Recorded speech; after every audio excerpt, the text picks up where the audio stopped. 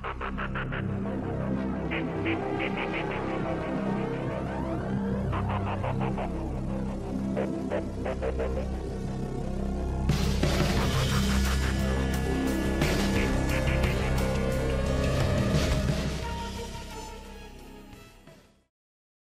kayak gini, misalnya saya ini kan tisu sudah digulung-gulung seperti ini jadi kayak bola. Pojok curhat.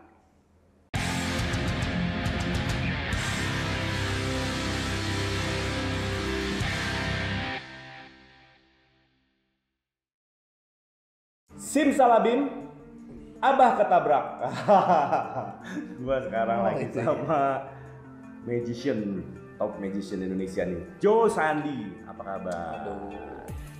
Sehat walafiat. Alhamdulillah nih. Alhamdulillah. Joe Sandi ini ya, gua jujur nih ya. Bukan karena ada orangnya, ya. Tapi dia ini salah satu magician yang paling gue suka. Dari semua magician yang ada di dunia. Pesan lagi dong, boleh. Makanannya ya. Iya. Aduh. Tapi asli, gue tuh paling suka banget dengan gayanya Joe Sandi karena buat gue beda dari yang lain. Kenapa tuh bedanya? Sandi. Yang pertama dari segi pembawaan. Segi pembawaan nggak dibikin serem-sereman karena kebanyakan magician itu dibikin serem-sereman. Oh, iya kan? Itu ya apa namanya? Cara untuk daya pikat lah. Iya. Itu memang image branding, itu ya. branding. Itu nggak salah. Cuma gue lebih suka yang natural maksudnya. Kalau ada orang yang gotik banget apa segala macam, ya itu bukan satu kesalahan. Itu memang pilihan mereka untuk image-nya seperti itu. Ya. Cuma kalau gue lebih suka yang natural. Kayak gue sendiri juga sama kan. Asik. Natural kita kan. Natural ya. Kita luar biasa. Mirip dan kan? kita dari Bandung juga. Sama-sama dari Bandung. Oh, tadi bidangnya apa magician? Nah ini kita kan di ini. Oh iya. PRT. PRT itu apa tuh? Ini Prancis ya, bahasa Prancis ya. Berarti magician. Nyebutnya tadi. Magician. Oke. Gue dari Bandung, Joe dari Bandung. Pernah gitu gue foto bareng nih sama lu kan? Iya. Terus naikin di IG. Ada bilang kok mirip di mana Gordon. Kita kan ini ya, dan punya aura yang sama. Sama ya. Ya. Saya senang banget bisa diajak kayak gini tuh. Happy ya. Sering nonton kan YouTube-nya. Terus waduh, ini kapan nih gua nih? Ternyata sekarang. Padahal kita sehari-hari sering ketemu, sering nongkrong, sering ngobrol. Cuma baru kali ini ya kita bikin konten karena ya jujur gue ngefans sama Joe Sandi. Dari semua magician yang ada di dunia ya, Joe Sandi lah yang paling gue suka. Menu aku daftar menu yang paling sebagai yang di luar boleh ya, yang di luar sekalian aja. Kenapa gue sama Joe Sandi? Karena mainannya juga beda sama yang lain ya. Minum dulu. Oh iya, makasih. Ini tamunya siapa sih sebenarnya? Ya karakteristik lah ya permainan itu. Tapi saya nggak nyangka, maksudnya bertemu dengan seseorang ya tahu nih. Kan awal pertama lihat kan di TV juga kan, saya lihat TV. Terus udah gitu kita kan jadi ya kenal terus jadi teman, dan temannya ini pertemanannya ini bukan hanya sekedar di studio, tapi kita lebih banyak ketemu di luar studio apalagi. Dan saat ketemu itu kita tidak membicarakan soal entertain, ngobrol yang lain gitu. Ngobrolin cewek kita kan. Ngobrolin ya maksudnya lah kita sama-sama jomblo. Dia jomblo, gue juga jomblo. Banyak kesamaan sih sebenarnya antara gue sama dia. Selain gayanya, kata orang nih ya, orang kita sama-sama natural gayanya. Betul. Terus selain itu juga kita sama-sama orang Bandung. Dan yang perlu digarisbawahi, kita sama-sama jomblo. Nah itu dia. Maksud ngobrol cewek itu maksudnya karakteristik cewek. Karakter cewek. Ya, seperti apa, terus bagaimana menghadapi ya karakter tertentu. Karena ya beliau ini kan ya fair, lu tuh punya kelebihannya itu bisa melihat profiling orang. Jadi bisa melihat kepribadian orang. Karena memang basicnya hipnosis ya. Di hipnosis itu memang kita mempelajari tentang perilaku. Betul. Jadi saya tahunya gini, waktu itu pernah ceritakan seperti apa sosok yang maksudnya satu pribadi gitu yang di hadapan kita. Apakah ini bisa tanda kutip dikendalikan gitu ya? Atau malah karakter yang suka berontak gitu ya. Nah ini jago banget. Jadi kita kalau ketemu tuh jarang juga ngobrolin. Sulap juga jarang sekali. Gitu kan. Jadi kayak gini bawa kartu, kadang nggak pernah mainin sama beresnya. Kalau dia bawa kartu, kadang-kadang nongkrongnya di pos ronda sebetulnya. Kartu gaple itu, kartu gaple tuh. Enggak, Ronda Dan juga kita sama-sama main. orang Sunda juga. Sama-sama kan. Sunda. Kalau ngomong Dan itu ngomong Sunda. Ada satu lagi yang Ya. yang ada hubungan dengan kita. Apa tuh? 2 orang mantan asisten gua sekarang jadi asisten dia. Alum sama Denny. Iya.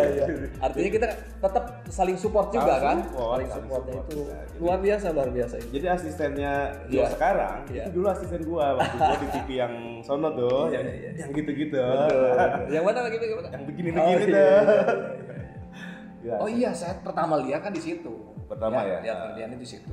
Kalau- Lihat di Kalau program itu. gua sih sebetulnya ketemu Joe Sandi itu awalnya bukan ngeliat dari TV. Ya. Bukan di TV. Mm-mm. Tapi kalau di Bandung itu ada mall, jadi dulu dosen Joe Sandi main di situ sebelum masuk TV. Oh, di mana? Dia masuk kalau nggak salah sih dulu di TSM.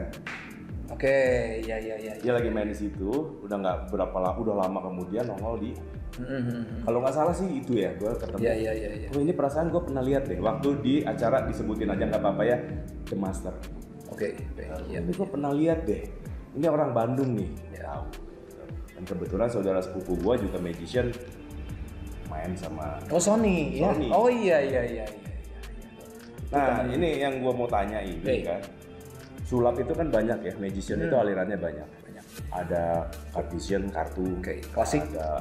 ada klasik magic yang Ya. ngeluarin payung apa segala macem Ya. lah gitu. Ada Ada kartu, mentalis, ya main manipulasi kartu kayak gitu. Banyak terus burung atau apa itu klasik. ada mentalis, terus Mentalism. ada fakir kayak fakir Fakir, limbat ya, betul. limbat fakir, ada ya banyak lah pokoknya alirannya. Oke, escape. Ada Escape juga, escapologis juga ada pickpocket juga, ya ada Ya. hipnotis juga masuk ke situ kan. Termasuk juga Termasuk di ya. aliran juga salah satu Termasuk aliran. di aliran sulap juga. Ya sebetulnya gue juga dulu mantan magician walaupun gue nggak lama dulu. Bukan mantan, tetap magician juga. Oh, masih magician ya? Oh, masih bisa kan? Masih bisa Masih sih bisa, sedikit-sedikit oke, sih, iya. sekarang masih bisa. Berarti masih itu ya. Gue dulu sebelum main di Hipnotis gue main magician juga. Oke. Gitu. Ya. Yang ngajarin gue, itu tuh Denny sama Alung Oh, yang nah, sekarang ada jadi di sini. asistennya. Iya. Yo, sebelum gue main di Hipnotis kan ketemu juga sama Denny Iya. sama Alung. Nah, jadi dari sekian banyak Ya. apa namanya aliran di magician itu, kok ya Joe Sandi ini milih buat gua ini yang ribet. Kenapa ribet? Apanya? Ribet. Mainannya ribet kalau buat gua. Oke. Karena itu hitung-hitungan, angka-angka kan ribet. Ya. Jadi jujur nilai matematika gua soalnya nggak bagus. Kenapa milih itu? Gitu. Ya itu dia. Kan aliran itu banyak ya. Yang tadi dibilang. Dia gini, Pak. Saya memilih satu yang unik. Ya unik. Ya, jadi ada unique selling point gitu. Jadi poin nilai jualnya itu di mana gitu. Kalau sama dengan yang lain, ya kan ada istilahnya gini. Kenapa sih kita beda sama yang lain? Nah, harus ditanya lagi. Loh, kenapa juga harus sama dengan yang lain? Ya, betul. Nah, kan ya. Jadi seperti itu. Sama seperti Ferdian juga. Kenapa? Sekarang kan jarang. Yang hipno itu hanya hitungan jari lah. Ya teman-teman pojok curhat pasti tahu sendiri kalau disuruh menghitung di Indonesia yang di bidang atau yang concern di bidang hipno berapa orang? Sebut 5. Nggak bisa nyampe tuh karena hanya sedikit. Ya sama saja dengan persulapan di bidang numbers ya. Jadi di art of numbers, seni dari angka ini ya nggak banyak. Makanya saya memilih bagian dari mentalism ini di sini di numbers ini karena memang Oh jadi apa disebutnya kalau yang angka-angka ini? ya Masuknya ke mentalis. masuk mentalis. Oh maksudnya tetap Betul, ke itu mentalis. masuk. Iya. Cuma khusus spesialis buat ke Numbers biasanya. Ke number. Sebenarnya semua juga bisa. Jangan nomor. Kalau nomor kan jadi Iya itu dia. Entar gue mau nanya satu itu masalah nomor. pada ketawa sih. Tawa nahan curiga saya. Soalnya nyebutnya gitu ya. Kalau orang Sunda itu kan bukan nomor. Nomor. Ya, B-nya itu selalu dihilangin kan. Nomor. Umumnya kayak gitu kan. Ya. Maaf, kita sama-sama dari Sunda. Sudah agak. Ya itulah, cari yang unik. Padahal kan bisa semua juga.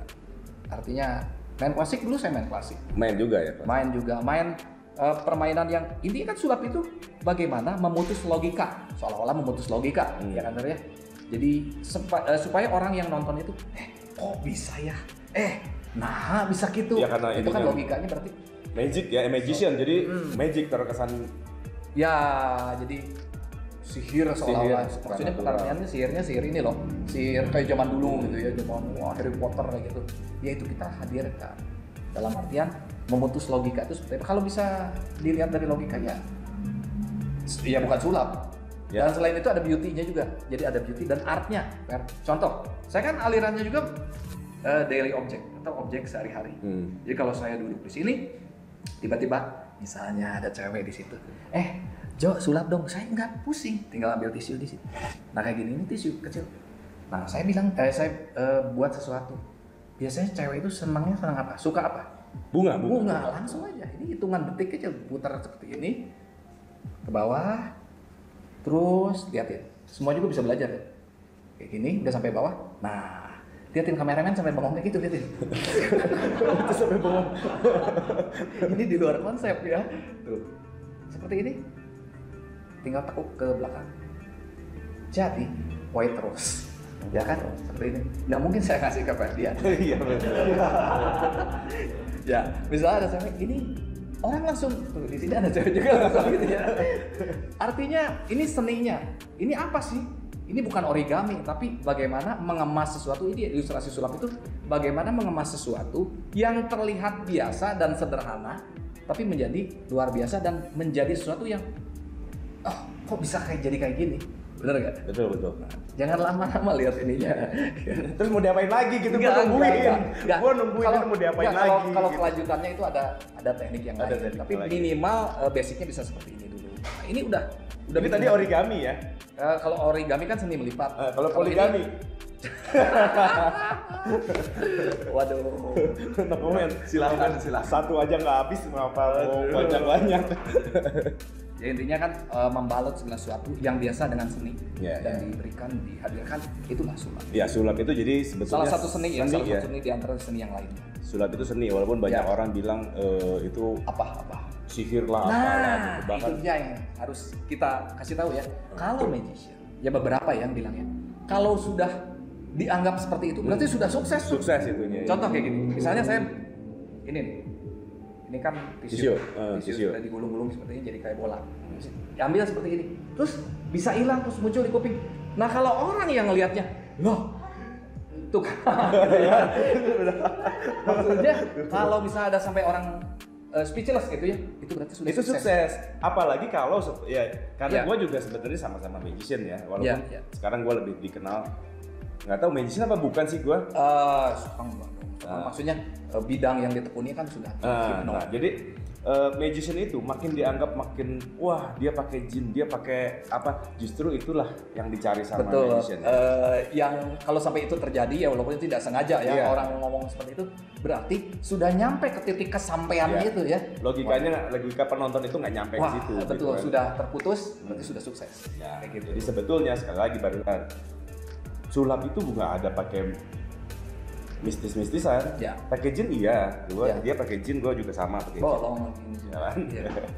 Jadi no magic, no mystic, cuma yang pasti itu adalah sebuah seni gimana caranya orang sampai logika orang nggak bisa nangkep itu gitu kan. Tapi terhibur nggak bete gitu kan. Ada orang yang logikanya nggak nyampe tapi bete gitu ya. Ini terhibur dan dibayar gitu. Ada lagi yang bilang orang, kalau gitu pesulap itu nipu dong. Nah kan ya. Kalau berkaca ke yang dibilang sama siapa Lance Burton ya, itu pesulap. Dia bilang gini, dengan sulap, ya dia bilangnya seperti ini. Dengan sulap saya belajar bahwa satu orang pun di dunia ini tidak ada yang mau dirinya ditipu. Tapi siapapun pasti suka dibuat terpukau. Nah itu saya garis bawahi kata-katanya. Jadi bukan menipu tapi memukau. Buktinya orang happy. Ya, walaupun sebetulnya ada trik-triknya ya. Tapi pasti. Yang pasti kalau kita mau ngomongin penipuan, toh tidak ada yang dirugikan. Malah dibuat bahagia. Iya. Nah, kalau gue sukanya dari seorang magician itu pesulap itu sebetulnya bukan dari triknya. Apanya tuh? Tapi dari bagaimana dia cara membawakan trik itu. Gue tuh sampai sekarang masih menikmati sulap. Pertunjukan magician, pertunjukan. Jadi seperti penonton, dianggap seperti awam aja, gitu, menikmati aja dulu gitu. Tanpa, misalkan kalau magician tuh kalau nonton tuh kan gini, gimana caranya? Ya terus ngulik gitu ya. Ini lagi main terus diulik gitu. Kita nikmatin aja dulu maksudnya gitu ya. Ya kalau gue gitu, gue tahu, meskipun gue udah tahu nih triknya.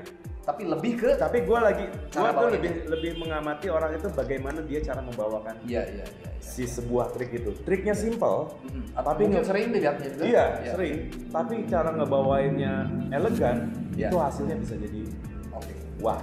Jadi kalau gue nggak pernah siapapun pesulapnya baru, walaupun yang masih baru gitu ya, main sulap di depan gue cuma gue perhatiin, oh ini triknya, gue tahu nih. Tahu ya. Bukan lihat triknya. Enggak ngeliat triknya gue. Bukan lihat skillnya juga. Ya. Tapi lihat bagaimana cara dia mengemas, cara dia ngebawain sebuah trik itu. How to perform. How to-nya. Apalagi kalau cara dia ngebawain itu ada isinya, maksudnya bisa merubah mindset orang. Tanda petik memotivasi orang. Ada pesan moralnya. Ada pesan moralnya. Itu gue suka di situ. Iya. Sampai sekarang gue masih suka nonton sulap. Walaupun dulu juga gue main sulap, nggak lama lah, hanya beberapa tahun. Iya. Terus lama lah beberapa tahun ya. Ya paling cuma 3 tahun 4 tahunan lah gitu ya. Nggak, kalau Josandi kan dari tahun berapa main? 99. Kalau 99 dia 99 main sulap, gua aja baru lahir. Nyata ingat teh. Gua masih segede gini gua. Gitu ya. Iya, so muda banget gitu ya. Itu bener nipu. Ini hoax, namanya hoax gitu ya. Ya, nah, jadi main milih angka itu gue pikir tadinya, gue kan kenal dari beberapa, ya kebetulan mantan asisten gue juga kan sekarang asistennya juga gitu. Ngobrol ternyata latar belakang Josandi dulunya, ini banyak yang nggak tahu. Dulunya dia adalah pegawai bank alias bankir. Nah, gue pikir gara-gara mungkin dia suka ngitung duit dulunya ya, makanya dia sekarang pindahnya ke situ gitu. Itu juga bukan sih yang melatar belakangi. Ya ada nyambungnya juga. Karena kan semua itu didasari rasa suka, ya. Kalau misalnya pemain klasik kan yang ngeluarin burung atau binatang-binatang gitu ya, kelinci atau apa. Zaman dulu gue ada nonton tuh senior sulap kan yang main begitu. Nah itu guru saya, Mr. Robin. Iya. Wah, gue masih 99 belajar. SD. Wah, ya, masih SD ya. Masih SD. TK. Bohong banget gitu ya. Nah, paling tidak orang tersebut nggak boleh alergi dengan kelinci dan burung, ya dong. Salah satunya betul. kalau memainkan itu dia harus suka dulu. Ya, dasar rasa suka. Mungkin karena saya sudah terbiasa sehari-hari dengan angka ya. Atau apa, jadi begitu masuk di ini pun di bidang angka pun jadi sudah tidak ada keraguan dan sudah happy aja bawainnya. Yang sering dibawain ya angka memang sekarang. Ya itu makanya gue kalau ngelihat, waduh ini kalau cuman tuh, ya berarti itu hitungannya tambah-tambahannya harus kali-kaliannya harus jago dong ya, gitu kan? Ya. Bener nggak sih? Atau memang sudah ada? Semua ada rumus. Ada rumusnya ya. Kalau ya sama tekniknya juga pasti ada. Seperti saya kan ada YouTube juga mengenai tutorial ya, Magic Numbers. Magic Numbers dalam arti misalnya bagaimana menjumlahkan 7 digit angka 20 baris hanya dalam waktu 3 detik. 3 detik loh. 3 detik. 7 digit atau lebih. Bisa lebih. 20 baris. 10 baris misalnya ya. Kita ngomong yang sederhana 10 baris ya. 10 baris misalnya. Gua mah 2 aja udah pusing. Nah, itu dalam waktu 3 detik itu ada teknik. Semua itu teknik. Semua ada rumus. Nah, di situ yang saya bawakan. Di YouTube ada ininya? Ada. YouTube-nya apa nih kalau mau belajar nih, yang mau belajar? Master Josandi, jangan lupa subrek kalau kata. Itu ya senangnya di situ sih. Jadi memang memilih di bidang ini karena cari yang unik ya. Cari yang unik ya. Jadi sampai sekarang yang gue tahu nggak ada ya yang mainin angka. Yang gue tahu loh ya, yang nongol gitu kan. Yang spesialis. Yang spesialis di situ nggak ada ya. Yang belum ada ya. Kalaupun ada misalnya di kompetisi bisa saya jadi juri, dia mainin itu, ya saya sangat menghormati dan menghargai ya, dia permainannya luar biasa gitu. Tapi dia biasanya suka ngomong dulu, aduh ini mohon maaf saya padahal ini kan bebas aja. Siapapun boleh gitu ya. Nanti ketahuan loh kalau orang itu memang kliknya di situ, main apapun juga ketahuan dari cara bawain yang dia bilang. Terus hasil akhir itu ketahuan banget. Kalau apakah dia itu cuma ngikutin atau memang udah feel-nya di situ. Ya, setuju gua. Aja contoh hipnotis gitu. Ya. Kenapa Ferdian menghipnotis orang, membuat relaksasi seperti itu bisa secepat itu karena memang sudah di bidangnya. Ya, dan apalagi sekarang brand image-nya sangat kuat sekali. Jadi orang udah kalau di hipnotis gua sebenarnya baru ya, gua main hipnotis itu baru 16 tahun main di dunia hipnotis itu. Dibilang jenuh ya ada jenuhnya juga sih sebetulnya. Apapun juga yang naik turun sih wajar. Kalau di hipnotis 16 tahun ya. 16 tahun. Udah berapa orang berarti yang sudah? Waduh, udah nggak tahu lagi. Iya. Di bawah panggung dan di atas panggung. Ya, di depan kamera. Di bawah panggung.